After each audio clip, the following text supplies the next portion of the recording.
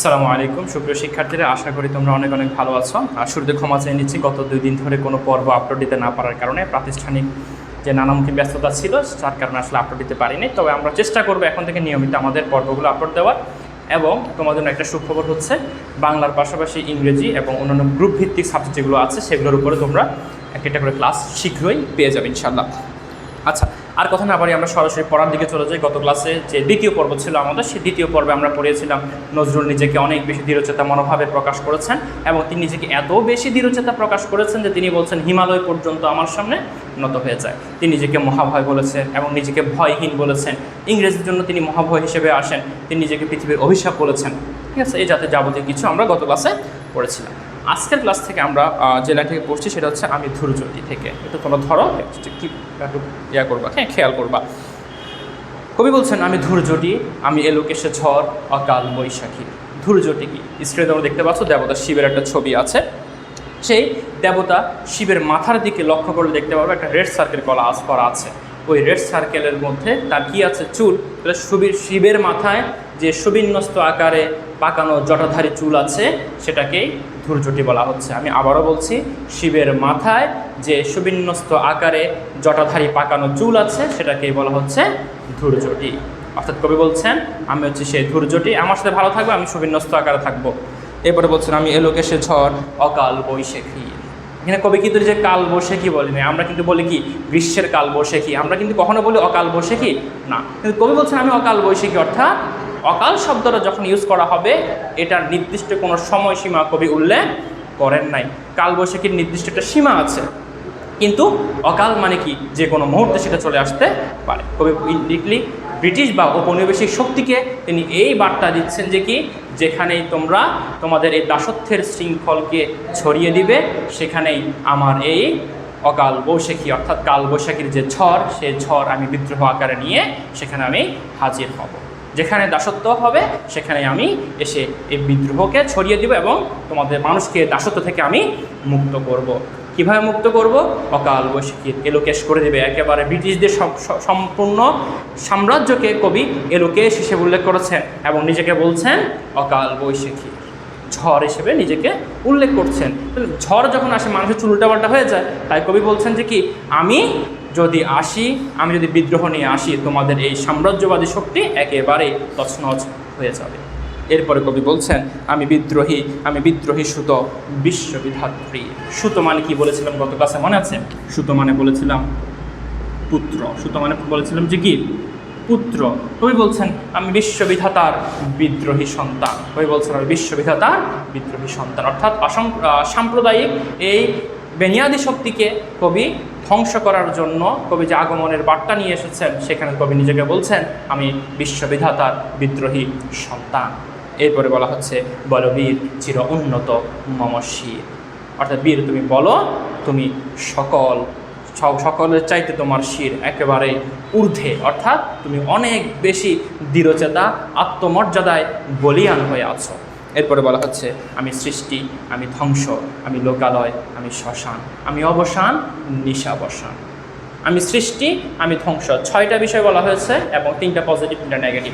বলছেন আমি সৃষ্টি, আমি ধ্বংস, আমি অত্যন্ত সৃজনশীল মানসিকতার অধিকারী, আমি চাইলে যে কোনো কিছু সৃষ্টি করতে পারি। আমি ধ্বংস, আমি চাইলে এটাকে আবার ধ্বংসে রূপান্তরিত করতে পারি। ব্রিটিশদেরকে ইনডিরেক্টলি একটা থ্রেট দিচ্ছে। এরপরে বলছেন আমি লোকালয়, আমি শ্মশান। আমি লোকালয়, আমি মানুষকে এত বেশি নিজের দিকে আকৃষ্ট করতে পারি, আমি যখন মানুষকে ডাকি লোকে লোকারণ্য হয়ে যায়। আমি শ্মশান, আবার আমি চাইলে এই মানুষগুলোকে মেরে এখানে লাশের মিছিল বইয়ে নিতে পারি। ব্রিটিশদেরকে থ্রেট দিচ্ছে কবি। আমি অবসান, নিশাবসান। এখানে অবসান দ্বারা বোঝানো হয়েছে ব্রিটিশ সাম্রাজ্যবাদী শক্তিকে। এখন প্রশ্ন আসতে পারে, ভাইয়া কবি যদি অবসান দ্বারা ব্রিটিশ সাম্রাজ্যবাদী শক্তিকে বোঝায়, তাহলে কবি অবসান শব্দের আগে আমি কেন যুক্ত করেছে? অর্থাৎ বলছেন আমি অবসান, নিশাবসান, এখানে যে ক্রিয়াটা আছে সেই ক্রিয়াটা উজ্জ্বল আছে। তো আমি অবসানকে করব নিশাবসান, আমি অবসানকে করব নিশাবসান। অবসান মানে কি? ব্রিটিশ সাম্রাজ্যবাদী শক্তি। অবসান মানে কি? ব্রিটিশ শক্তি। তাহলে ব্রিটিশ অবসান দ্বারা এখানে মূলত বোঝানো হচ্ছে রাত। তাহলে গভীরতম কালো রাত হিসেবে কবি ব্রিটিশদের সাম্রাজ্যবাদী শক্তিকে আইডেন্টিফাই করেছেন, নির্দেশ দিয়েছেন, মানে করেছেন, নির্দিষ্ট করে দিয়েছেন যে কি তোমাদের এই শক্তি, ব্রিটিশ শক্তি হচ্ছে কিসের সাথে তুলনা করেছেন? অবসানের সাথে। গভীরতম ভয়ালো কালো রাত যেটা মানুষকে দাসত্বের শৃঙ্খলে আবদ্ধ করে। ওই বলছেন আমি অবসানকে কি করব? নিশাবসানে রূপান্তরিত করব। ভালো করে খেয়াল করো, নিশাবসান, এটা হচ্ছে নিশা প্লাস অবসান। নিশা প্লাস অবসান মানে কি? ভোর। নিশা মানে কি? রাত। নিশা মানে রাত, রাতের অবসান, রাতের অবসান মানে কি? ভোর, সুমিষ্ট ভোর। অর্থাৎ তোমাদের এই ভয়ানক কালো রাত থেকে মানুষকে মুক্তি দিয়ে আমি কি নিয়ে আসব? সুমিষ্ট ভোর নিয়ে আসব। আশা করি বিষয়টা ক্লিয়ার হয়েছে। এরপরে কবি বলছেন আমি ইন্দ্রাণী সুত, হাতে চাঁদ, ভালে সূর্য। ইন্দ্রাণী, ইন্দ্রাণীকে? ইন্দ্রাণী হচ্ছে দেবতা ইন্দ্রের স্ত্রী। ইন্দ্রাণীকে দেবতা ইন্দ্রের স্ত্রী, দেবতা ইন্দ্র, তার নাম হচ্ছে দেবরাজ। দেবরাজ ইন্দ্র, তার স্ত্রীকে ইন্দ্রাণী। আচ্ছা, ইন্দ্রাণীর গর্ভজাত সন্তানের নাম হচ্ছে জয়ন্ত। আচ্ছা, একটা ইনফরমেশন মিসিং গিয়েছে। ইন্দ্রাণীর রিয়েল যে নাম, সে রিয়েল নাম হচ্ছে শচী। ইন্দ্রাণীর রিয়েল নাম কি? শচী। শচীর গর্ভজাত সন্তানের নাম কি? জয়ন্ত। মূলত জয়ন্ত হচ্ছে ওই চরিত্র, প্রাচীন মহাভারতে পড়লে তোমরা দেখবা, রাবণ যখন রামের রাজ্যে, রাবণ যখন রামের রাজ্যে স্বর্গে আক্রমণ করে, তখন এই জয়ন্ত বীর বিক্রমে রামের পক্ষে লড়াই করে সে রাক্ষসদেরকে পরাস্ত করেছিল। এই হচ্ছে সেই বীর রাবণ, এই হচ্ছে সেই বীর জয়ন্ত। কবি বলছেন যে কি আমি হচ্ছে সেই জয়ন্ত। জয়ন্ত যেভাবে রাক্ষসদেরকে পরাজিত করেছেন, ঠিক একইভাবে আমিও ব্রিটিশদেরকে পরাজিত করব। তাহলে ইনডিরেক্টলি কবি নিজেকে জয়ন্ত বলে ব্রিটিশদেরকে কী প্রমাণ করছেন? ইজি, রাক্ষস প্রমাণ করছেন, অসুর প্রমাণ করছেন, খারাপ প্রমাণ করছেন। এটাই ওই বলছেন আমি ইন্দ্রাণী সুত, হাতে চাঁদ, ভালে সূর্য। আমি হচ্ছে জয়ন্ত, যার হাতে চাঁদ, ভাল, ভাল মানে হচ্ছে কপাল, ভাল মানে কি? কপাল, কপালে কি? সূর্য। তাহলে প্রশ্ন আসতে পারে ইন্দ্রাণীর সুত মানে জয়ন্তের হাতে কি? চাঁদ, ভালে কপালে সূর্য। অর্থাৎ চাঁদ হচ্ছে স্নিগ্ধতার প্রতীক, সূর্য হচ্ছে কঠোরতার প্রতীক। অর্থাৎ স্নিগ্ধতা এবং কঠোরতার এক মধুর মিলন কবি সৃষ্টি করেছেন। কবি বলছেন আমি ইন্দ্রাণী সুত, হাতে চাঁদ, ভালে সূর্য। আমার মধ্যে স্নিগ্ধতা যেমন আছে, কোমলতা যেমন আছে, ভালোবাসা যেমন আছে, আমার মধ্যে সেই জয়ন্তের কঠোরতাও আছে। এরপরে কবি বলছেন মম এক হাতে বাঁকা বাঁশের বাঁশরি, আর হাতে রণতুর্য। মম মানে কি বলেছিলাম মনে আছে? মম মানে আমার। মম মানে কি? আমার। প্রথম ক্লাসে, দ্বিতীয় ক্লাসে বলেছিলাম। আচ্ছা, মম মানে হচ্ছে আমার। কবি বলছেন মম এক হাতে বাঁকা বাঁশের বাঁশরি, আর হাতে রণতুর্য। বাঁশের বাঁশরি মানে বাঁশের বাঁশি, আমার এক হাতে বাঁশের বাঁশি, আর হাতে রণতুর্য। রণ মানে হচ্ছে যুদ্ধ, তুর্য মানে হচ্ছে যুদ্ধের এক প্রকার শিঙা, যেটা দ্বারা তোমরা স্ক্রিনে ছবি দেখতে পাচ্ছ। এই তুর্য দ্বারা অপর সকল সৈন্যকে অ্যালার্ট করে দেওয়া হয় যুদ্ধ আবশ্যক হয়ে পড়েছে, সবাই প্রস্তুতি নাও। এই হচ্ছে সেই তুর্য। কবি বলছেন আমার এক হাতে বাঁশি প্রেমের প্রতীক, ভালোবাসার প্রতীক, শান্তির প্রতীক, আর এক হাতে যুদ্ধের প্রতীক তুর্য। আমি চাইলে ভালোবাসা প্রদান করতে পারি, আবার আমি চাইলে যুদ্ধ করতে পারি। এরপরে বলছেন আমি বেদুইন, আমি চেঙ্গিস। বেদুইন হচ্ছে আরবদের একটা জাতি, যারা অত্যন্ত রুক্ষ মেজাজি, অত্যন্ত কঠোর মানসিকতার অধিকারী হয়। কবি বলছেন আমি হচ্ছি সেই বেদুইন। এই বেদুইনটা কত বেশি রুক্ষ তোমরা যদি ইতিহাস পড়ে দেখবা। একটা উটকে কে আগে পানি খাওয়াবে, ভালো করে শোনো, একটা উটকে কে আগে পানি খাওয়াবে, এটা নিয়ে বেদুইনদের মধ্যে ঝামেলা চলছিল। এই ঝামেলায় কেন্দ্র করে যুদ্ধ শুরু হয়ে যায়, এবং এই যুদ্ধ টানা 40 বছর তারা বংশ পরম্পরায় চালিয়ে যায়। এটা হচ্ছে এর বেদুইনরা এত বেশি যুদ্ধবাজ, এত বেশি রুক্ষ মেজাজি, এত বেশি কঠোর মেজাজের অধিকারী। কবি বলছেন যে কি আমি হচ্ছে সেই উদ্দাম জীবনযাপনকারী বেদুইন। আবার কবি বলছেন আমি চেঙ্গিস। চেঙ্গিসকে, চেঙ্গিস হচ্ছে মঙ্গোলীয়দের জাতির পিতা। মঙ্গোলীয়দের জাতির পিতা, মঙ্গোলীয় একজন শ্রেষ্ঠ যোদ্ধা বলা হয় চেঙ্গিস খানকে। চেঙ্গিস খানের রিয়েল নাম হচ্ছে তেমুজিন। চেঙ্গিস খানের রিয়েল নাম কি? তেমুজিন। চেঙ্গিস খানের রিয়েল নাম কি? তেমুজিন। আচ্ছা, তো চেঙ্গিস খানের রিয়েল নাম কি? তেমুজিন। ক্লিয়ার? ওকে। তো এই চেঙ্গিস খান এত বেশি কঠোর স্বভাবের ছিল যে সে মানুষকে হত্যা করে সে পিরামিড বানাইতো, মানুষের মাথার খুলি দিয়ে সে পিরামিড বানাইতো। কত বেশি হিংস্র ছিল। ওই বলছেন আমি সেই বেদুইন যারা অত্যন্ত কঠোর মানসিকতার অধিকারী, আবার আমি সেই হিংস্র চেঙ্গিস খান। অর্থাৎ ব্রিটিশদের জন্য তিনি চেঙ্গিস খান এবং যাযাবর বা বেদুইন হিসেবে আবির্ভূত হবেন বলে ব্রিটিশকে তিনি থ্রেট দিচ্ছেন।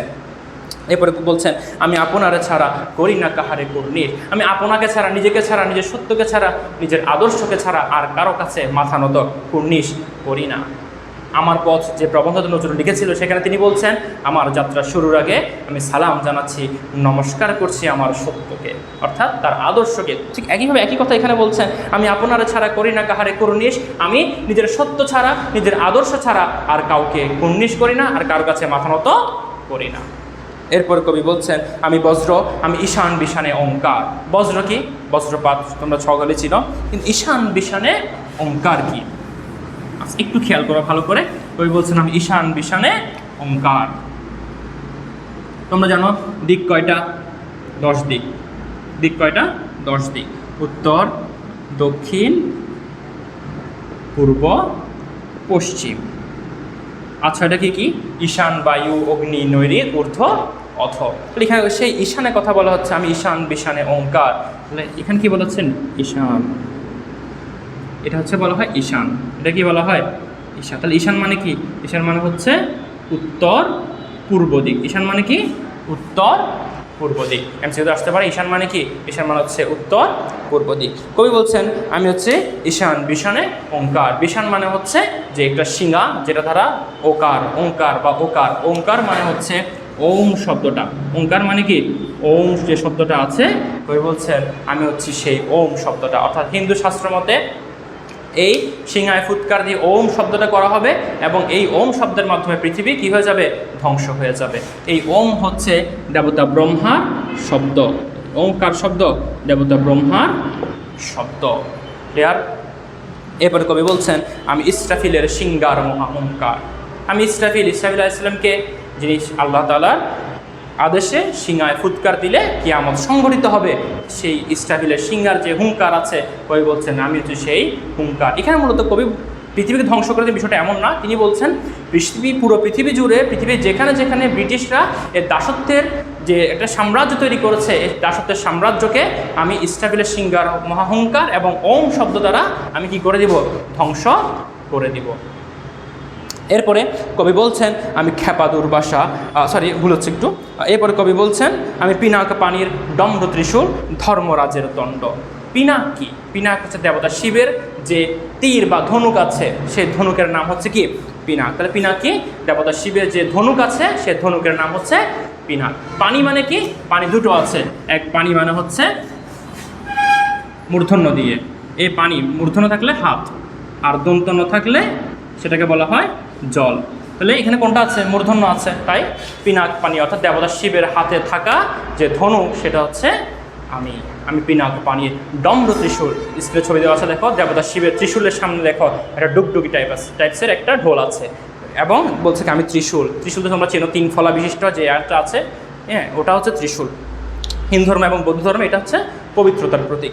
আচ্ছা, এরপরে বলছে কবি বলছেন আমি সেই ডম্র ত্রিশূল, অর্থাৎ ডুগডুগির তালে তালে, হ্যাঁ, বাদ্যযন্ত্রের তালে তালে দেবতা শিব কি করেন? অসুরকে বধ করেন, অর্থাৎ অশান্তিকে তিনি দূর করেন এই বিষয়গুলো পিনাক পানি এবং ত্রিশূল দ্বারা। এই দুইটা যুদ্ধাস্ত্র, পুরাণের দুইটা যুদ্ধাস্ত্র, এই দুইটা যুদ্ধাস্ত্র দ্বারা দেবতা শিব কী করেন? অশান্তিকে দূর করেন। কবি বলছেন আমি সেই পিনাক পানির ডম্র ত্রিশূল, আমি ডম্র এবং আমি ত্রিশূল, বাদ্যযন্ত্রের তালে তালে আমি ব্রিটিশ সাম্রাজ্যবাদী শক্তিকে ধ্বংস করে দেব। ধর্মরাজের দণ্ড। কবি বলছেন আমি হচ্ছে ধর্মরাজের দণ্ড। ধর্মরাজের দণ্ড মানে কি? একজন দেবতা আসবেন, যিনি কী করবেন? বিচার করবেন।